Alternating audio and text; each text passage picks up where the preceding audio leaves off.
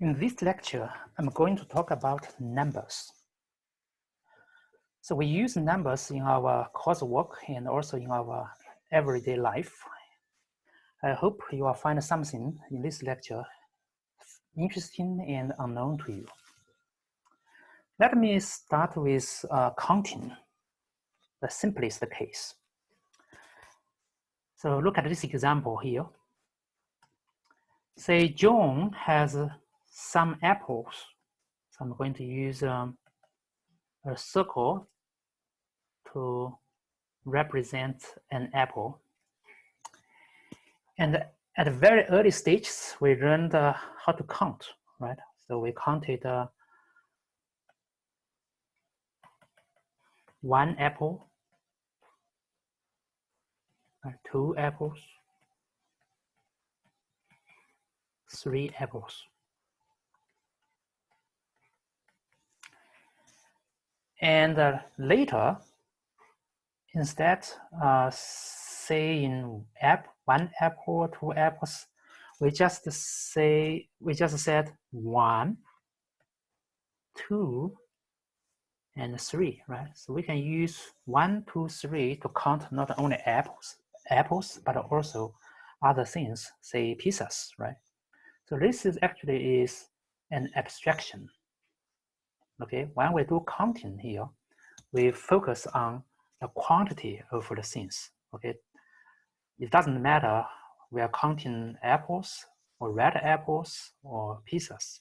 Okay, so that's called abstraction. And then we use these Arabic symbols to denote 1, 2, and 3, right? So we should know good abstraction and good notations are good mathematics, okay?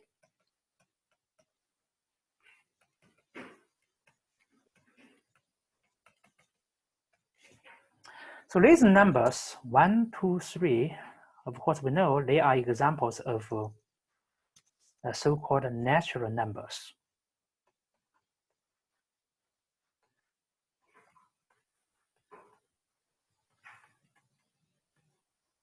Natural numbers. So not only just 1, 2, 3, right? So you can have more apples, right? You have to use other numbers too, right? So if we put all these natural numbers together, they form a family, they form a set. We say, mathematically we say they form a set. It's called a set of natural numbers.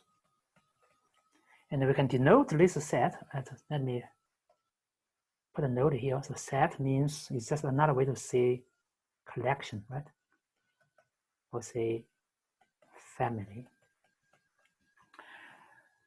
So we can denote this collection or this family by this blackboard bold letter N, okay? So the first letter of natural, right, N. And so this set is the collection of these numbers, right? 1, 2, 3. Of course, the list can go on and on, okay? We have infinitely many natural numbers. And we're going to put these members, we use dot, dot, dot, okay, to mean the list goes on forever, okay? And then we put these members between curly brackets. So that's a way to denote this set here, okay?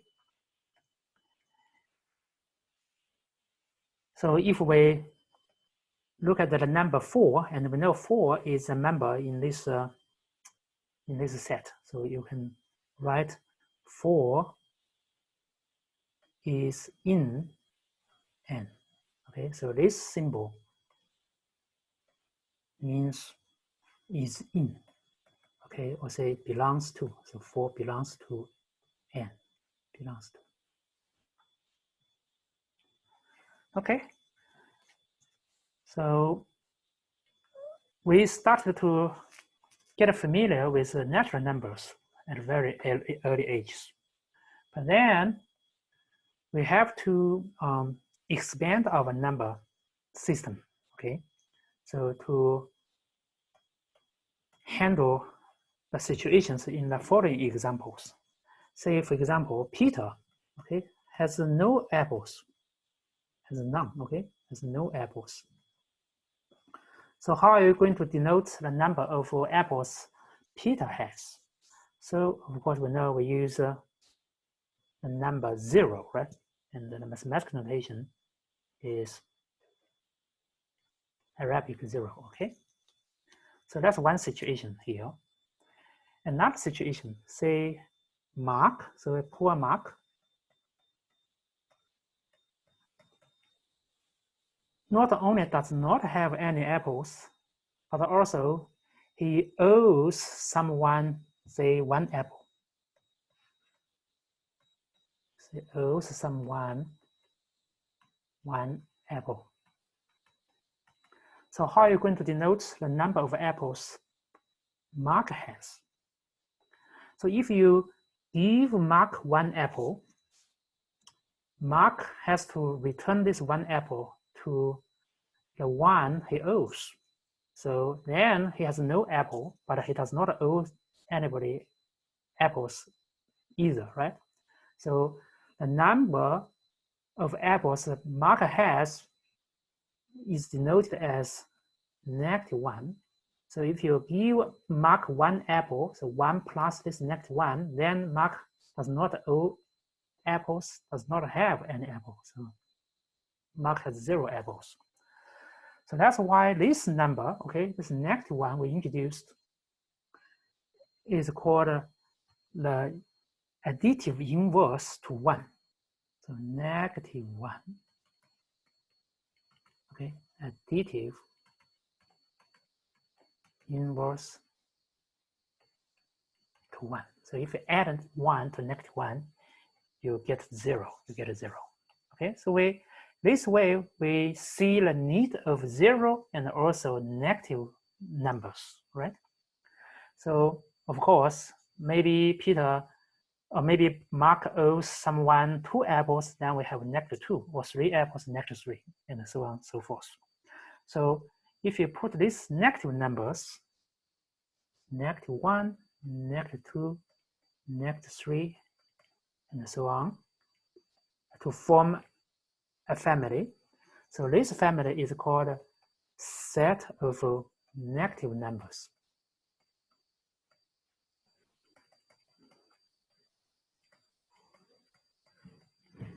And it's denoted by blackboard bold letter Z with a superscript negative sign, okay? So Z minor equal this set here. Now, if you put together all these negative numbers, set of negative integers. So if you put the set of all these negative integers, 0 and positive integers, which are natural numbers together, then you have a bigger family, which is called set of integers. Set of integers, okay? So set of integer is denoted by blackboard bold letter Z, okay? Includes all these negative integers, -3, -2, -1. So I'm going to list the members in this increasing order, okay? Then also you have to include 0, right? 0, and also the natural numbers, 1, 2, 3, so on and so forth, okay? So this is a set of integers, okay? And previously we learned the set of natural numbers. So the set of natural numbers basically is the set of positive integers, okay, positive integers.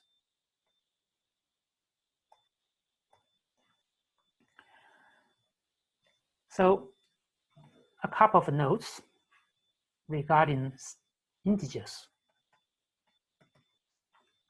First, you realize, as I just mentioned, so the set of natural numbers is contained in the set of integers. So we denote as n is contained in z. So this notation means is contained in, or say belongs to, okay? So, or say is a subset of z, but I'll just write down is contained in, okay? That's easier to understand. And you can also write,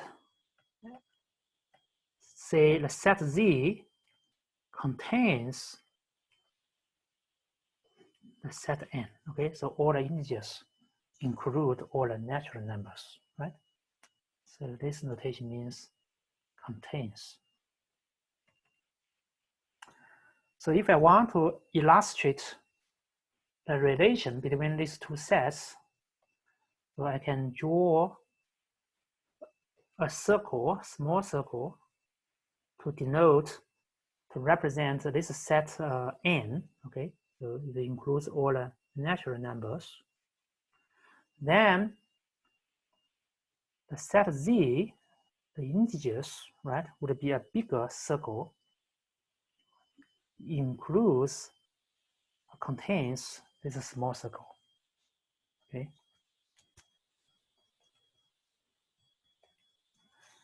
Another note I want to make, so which we learned in elementary school, is called a number line, right? So we can mark these integers on a line, which is called a number line, right?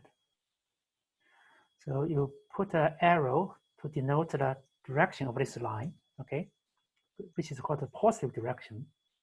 And then you, at some place, you mark 0, use this point to represent 0. Then you go into the positive direction by 1 unit, we end up with the number 1, right? So this is 1 unit here, okay?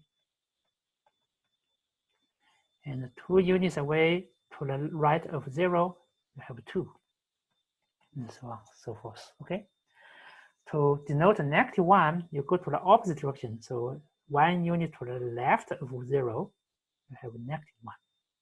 And then similarly, you can mark -2, -3, and other negative integers, right, on the number line. So these numbers, these integers, they are discrete points on the number line, okay? Discrete points on the number line. Okay, now let's move on to another example. Now we see the need of another type of numbers. Say job, okay, has just the half of an apple, has only a half apple. How do you denote the number of apples Job has? So if this circle here represents a full apple, right? So Job has only half of it, right? So you can cut this into 2 equal pieces. So then this part here is what Job has, okay? And this part is not there, like that. So of course, we know we can represent the number of apples Job has as a fraction, right? A fraction. So it's 1/2, meaning you split a whole into 2 equal parts, and you have 1 out of the two parts, right? One part of the two. Or sometimes this is written as 1/2. Okay, so now we see the need of fractions. Okay, so immediately we can introduce the set of rational numbers.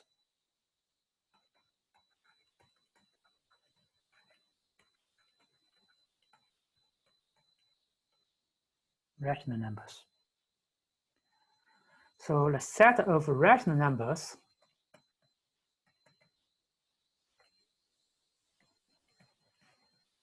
can be denoted by blackboard bold letter Q. Okay, blackboard bold letter Q.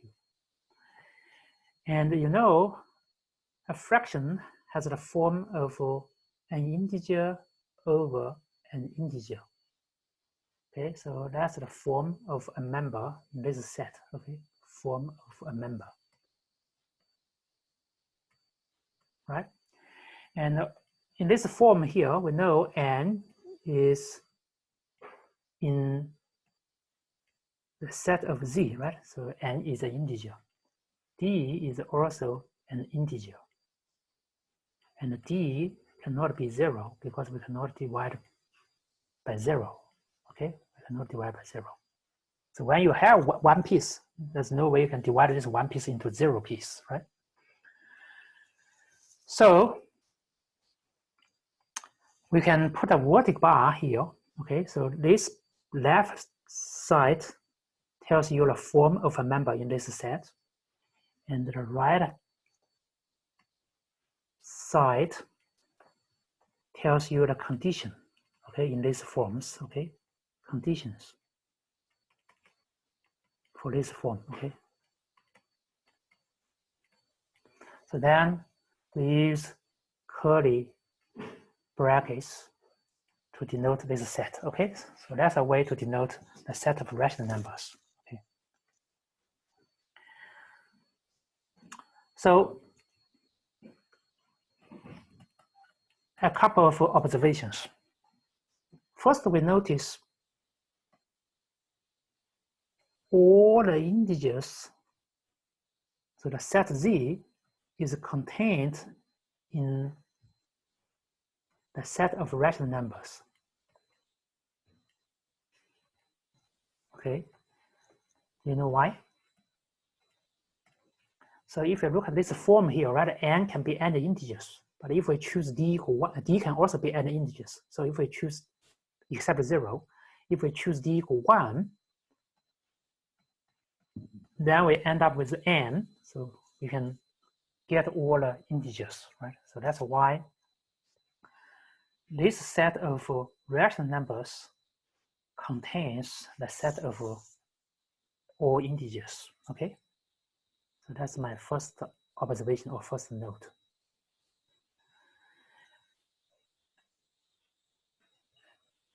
And secondly, okay, you can also mark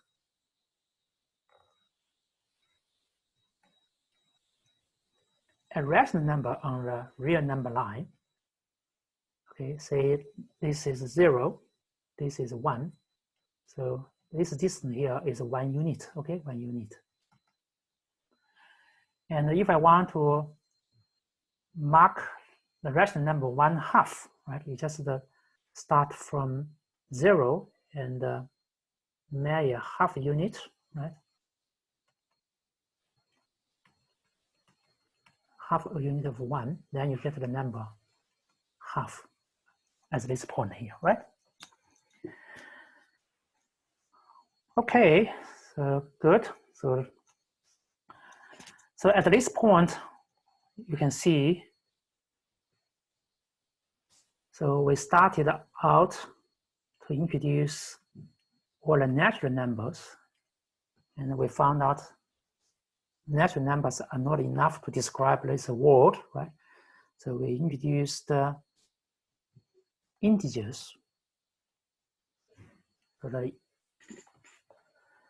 integer system is larger than the natural system here, right? And then we find out not enough, so we need to expand the number system further, right? So now we have all the rational numbers, right, includes z inside, right? So in ancient time, okay, in ancient time, a famous group, which is called the Pythagorean group. So they believe that that's enough, okay? So the world now can be described by rational numbers. If you have rational numbers, these rational numbers can be used to describe the whole world. So that's their belief, okay, their philosophy. And we are all familiar with Pythagoras' theorem, right? So Pythagoras is the famous philosopher and mathematician in this leading this group. Okay, it's called Pythagorean group. So let me state this theorem here, Pythagoras theorem. So if you have a right triangle, so one angle of this triangle is 90 degrees, okay? So suppose the lengths of the two legs are A and B, and the length of the hypotenuse, which is the side opposite to this right triangle, right, is C. Then these three lengths satisfy this relation C squared equal A squared plus B squared. You can find numerous proofs of this theorem, okay? And so this is called a Pythagoras theorem. And for example, if A is equal 1, suppose this is 1 unit, and B is equal 1, B is also 1 unit, then C squared should be equal to 2, right? So we say the length of the hypotenuse C is square root of 2. So square root of 2 basically is just a notation of a number which has a square 2, okay? And one member in the Pythagorean group, his name is called Hippasus.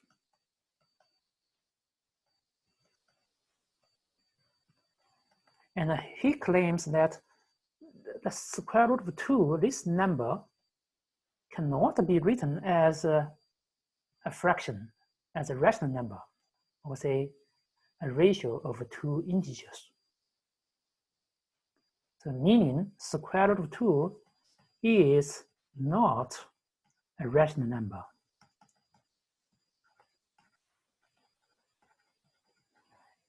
So when I visited UT Arlington, I saw a proof of this fact on the wall of their hallway in the math department. So square root of 2 is not a rational number, okay, which is true. And we say square root of 2 is an irrational number.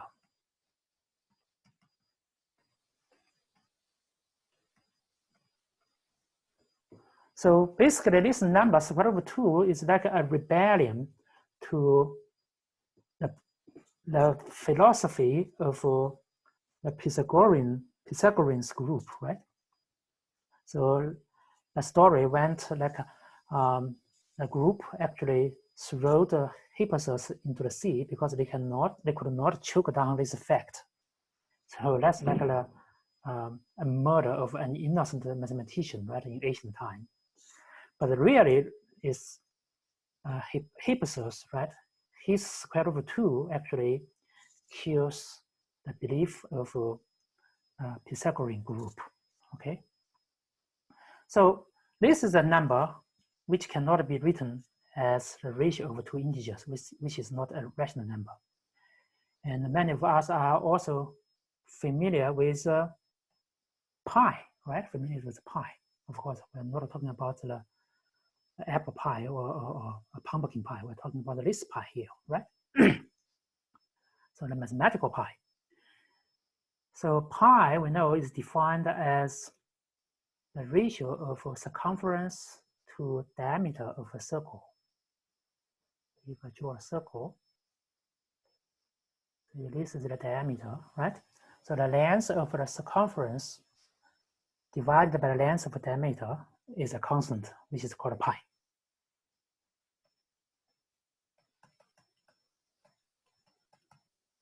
Circumference over diameter.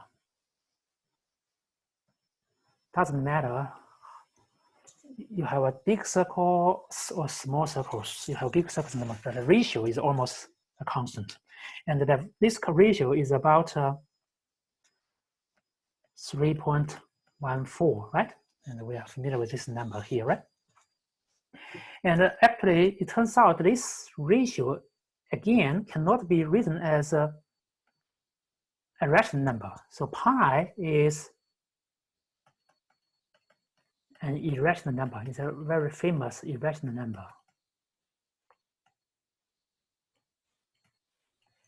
Okay. So if you write down the digits following this decimal point, so you will have infinite many digits, okay? And without a pattern, Pi is an irrational number, and the proof actually is more advanced, okay? So that's another example of the existence of irrational numbers.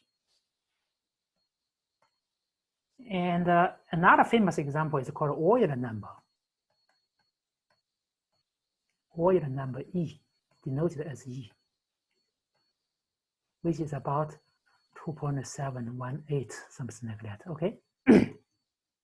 So this number is defined as this guy. So you form this expression 1 plus 1 over n, say n is a natural number, okay, a power n. So it turns out if n is getting bigger and bigger, this expression is approaching to a fixed value, and that fixed value is e. So this expression approaches the number e when n approaches infinity, okay? So now we see we need to introduce irrational numbers, right? To describe this world, okay, to describe this world. And one observation, so let me just write it down here, okay? So set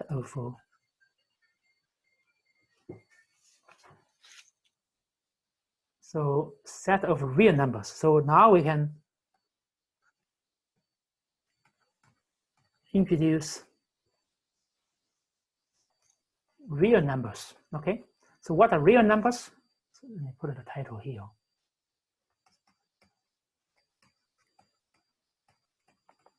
So set of real numbers basically is the set of all the rational numbers and the set of all the irrational numbers, okay?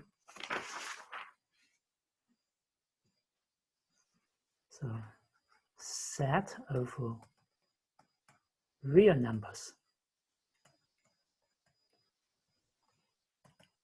denoted by blackboard letter R.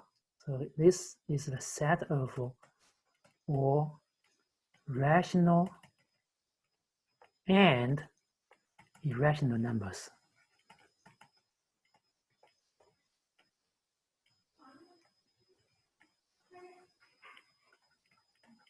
Irrational numbers. So take pi as an example. So pi, we know now, is an irrational number, so it's a real number, okay? So pi is a real number. And as you can see, pi is equal 3.14.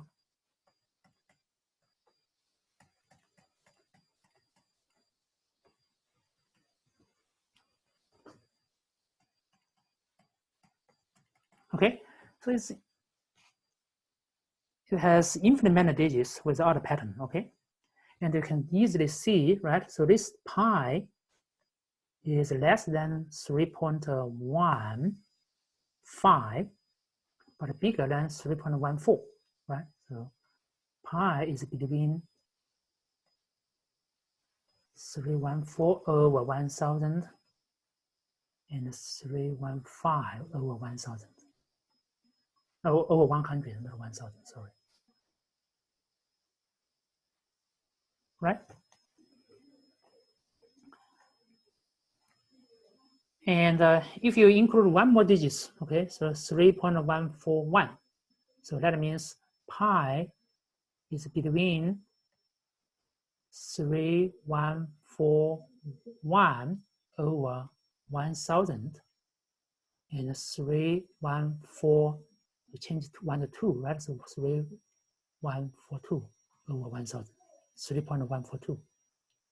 And you can keep doing this process. As you can see, you can see pi is between two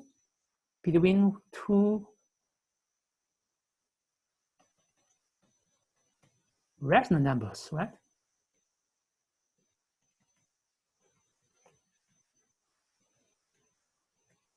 And you can make these two rational numbers as close as you want, right? As you can see, right? Which can be as close as you want. So on the number line, okay, on the number line, so you do have a position for these irrational numbers, okay, irrational numbers. So you say this is 0, this is 1 unit. You can find a position for pi somewhere here, right? 3.14, blah, blah, blah, like that, right? So if you include all the rational numbers on the irrational numbers on the real number line, then it turns out the line is continuous. Okay, so then all these numbers are continuous on this line. Okay, so you have the concept of a continuous. Okay, so real numbers are continuous on the real number line.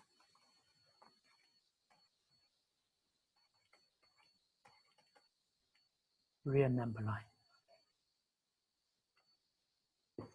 This is different from the integers, right? We know integers are discrete numbers on the number line, okay?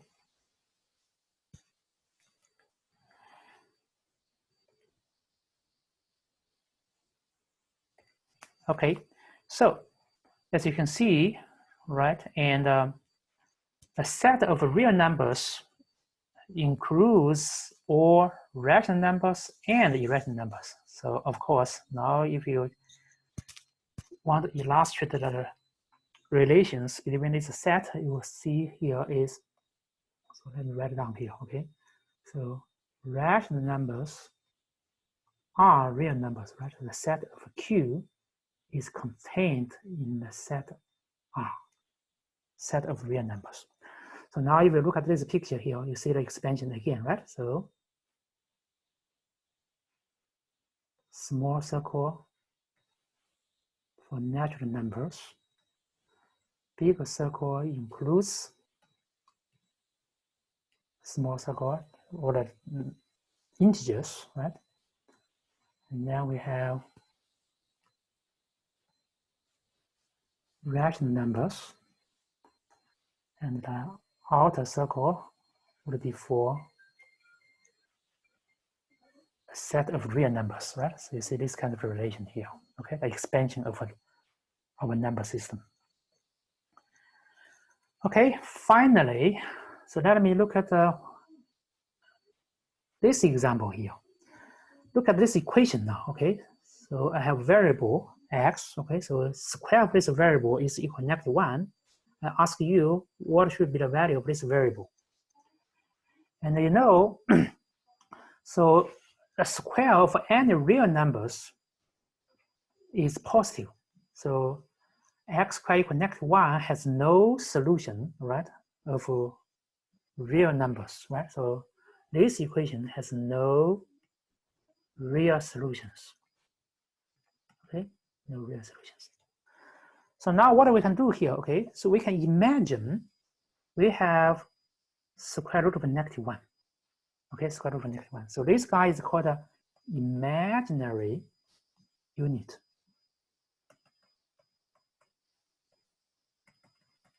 Okay, and we denote this square root of -1 normally by I. Okay, so the first letter of imaginary. Okay, first letter of imaginary. Okay, so this means denoted. Okay, I denotes square root of -1. So this I comes from the first letter of imaginary.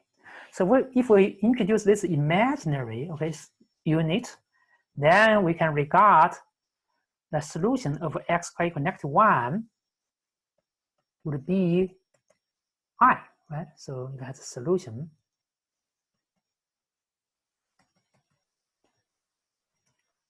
equal I, because now you do the square of -1, you get a square, you do the square of a square root of -1, you get a -1. So x equal I is a solution. Of course, x equal -I is also a solution because -I square would be same as I square, okay, which is -1.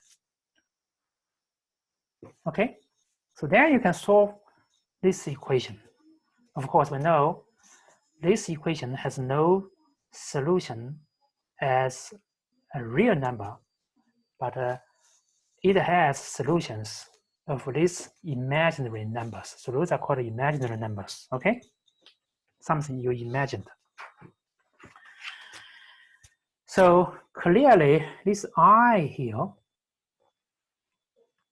so if this is a real number line,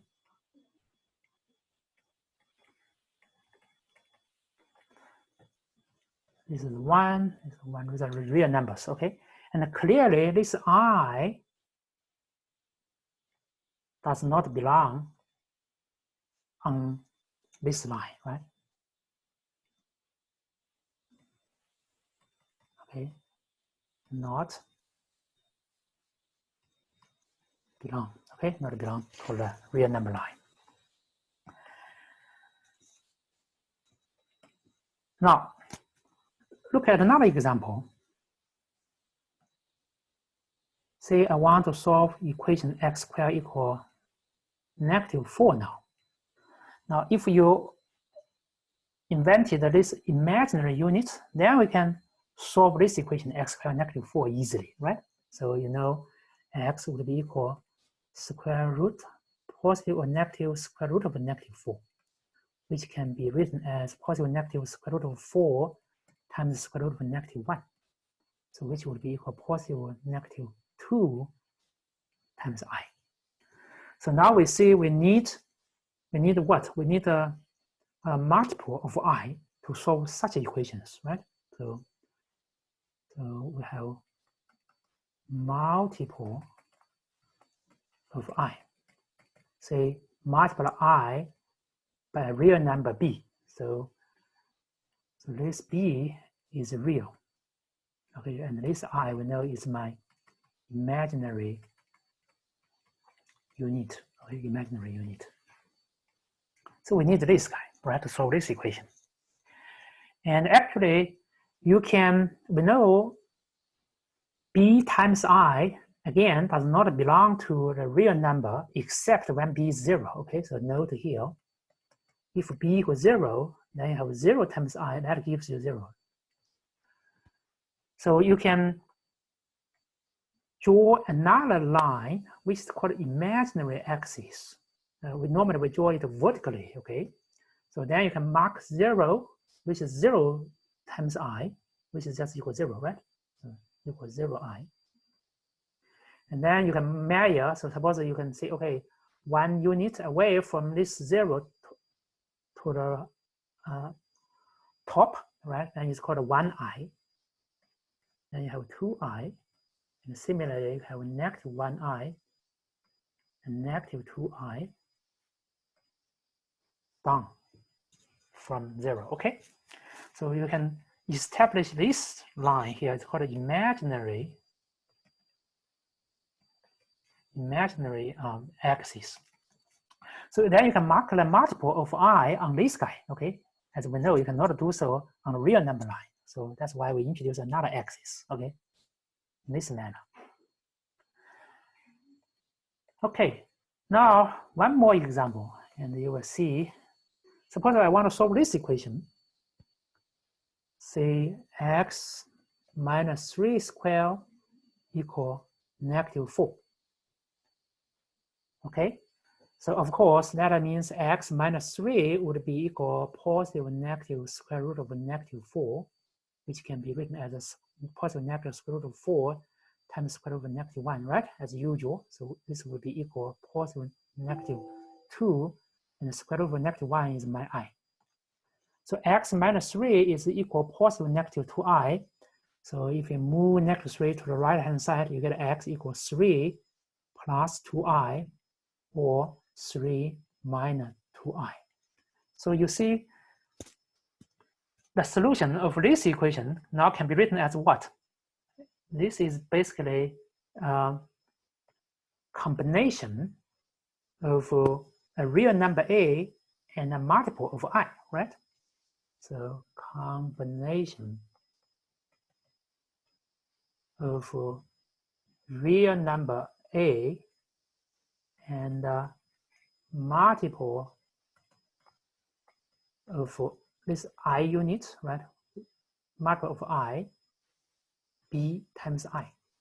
So you end up with a plus bi. So the solution of this equation is in this form. So this kind of form is called a complex. This number is called a complex number. Okay, it's called a complex number. So immediately we introduce set of complex numbers. So what are complex numbers? So a complex number has the form of a plus bi, right? That's the form. Okay, we'll put a vertical bar here.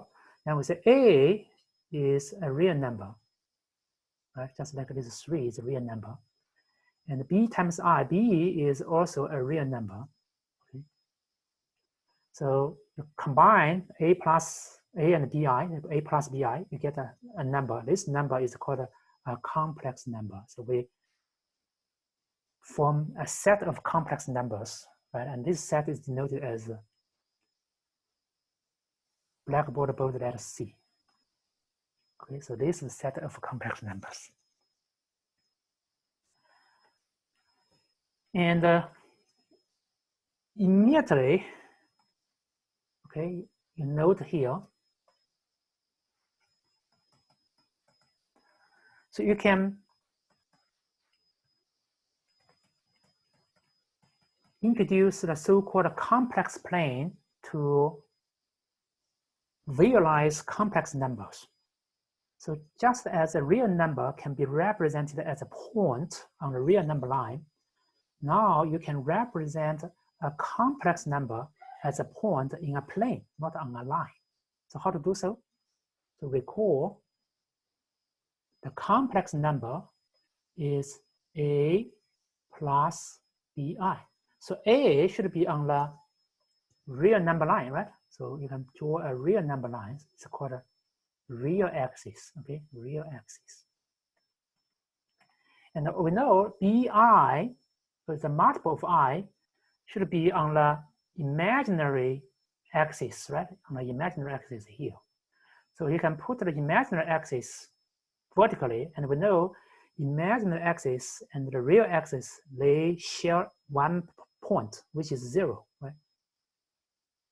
So this is my imaginary axis.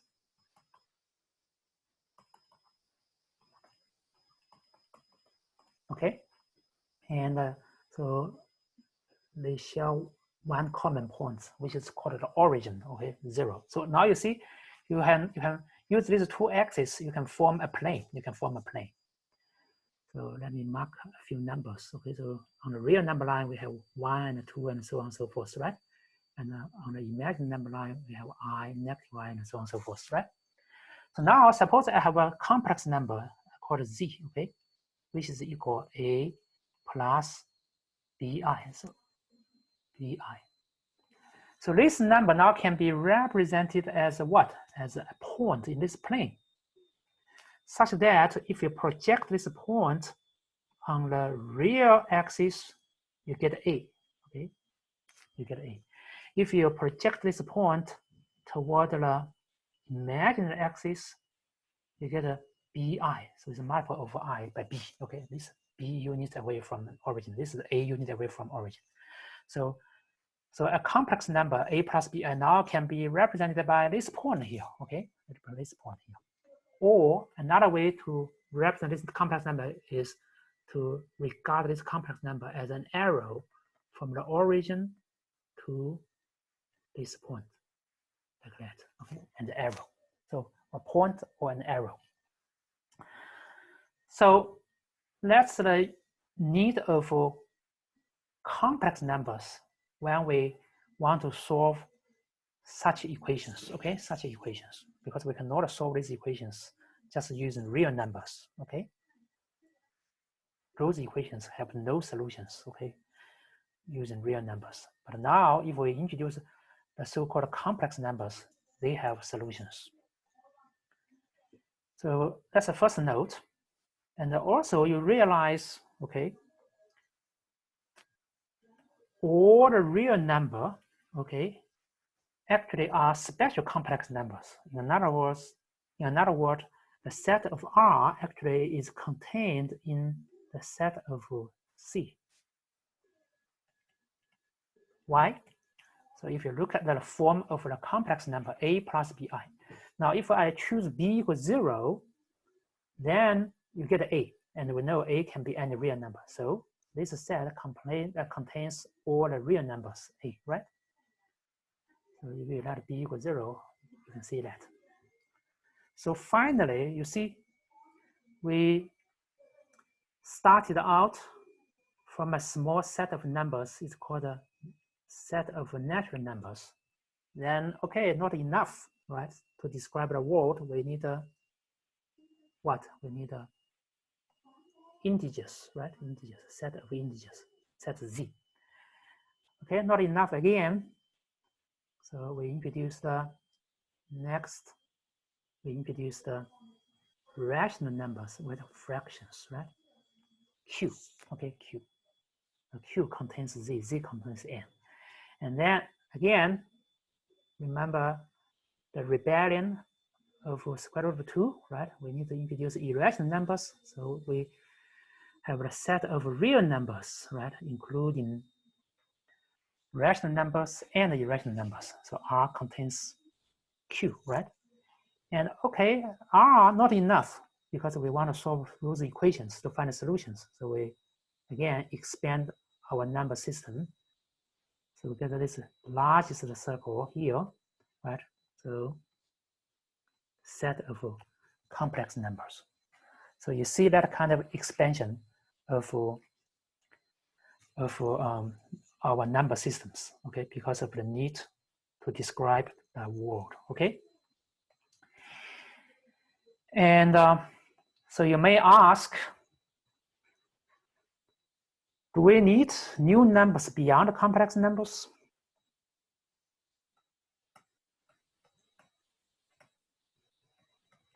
Need new numbers?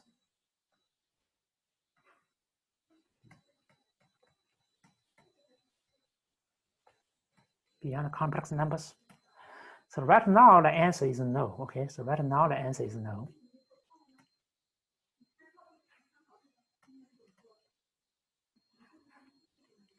Okay, maybe you, okay, as a mathematician in the future, right, will find a need to expand the number system again, okay, to solve some challenging real world problems, okay.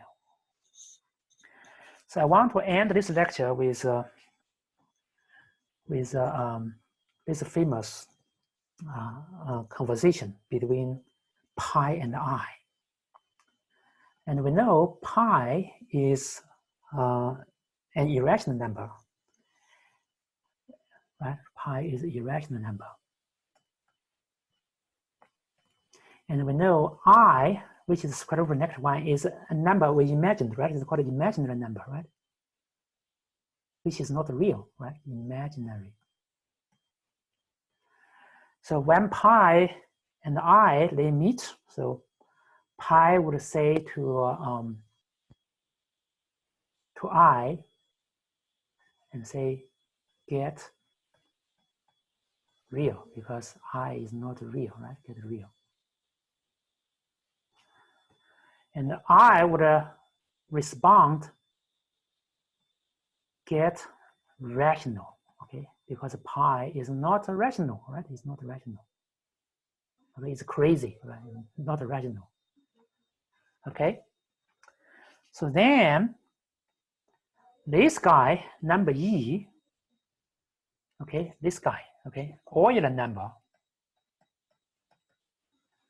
see them arguing, okay, Euler's number. And he said, I can help you both.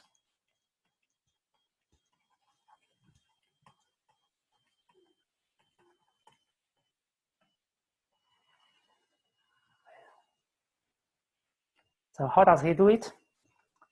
So he let pi and I, this is called E's help, right? How? So he let pi and I be multiplied together, okay? So you guys are arguing, so I'm going to multiply you guys together. I'm going to raise myself to the power of pi times I. And it turns out the value of this is -1. Both real, right? -1 is a real number. And what? -1 is also a rational number, both real and rational. Okay, so that's all for today's lecture.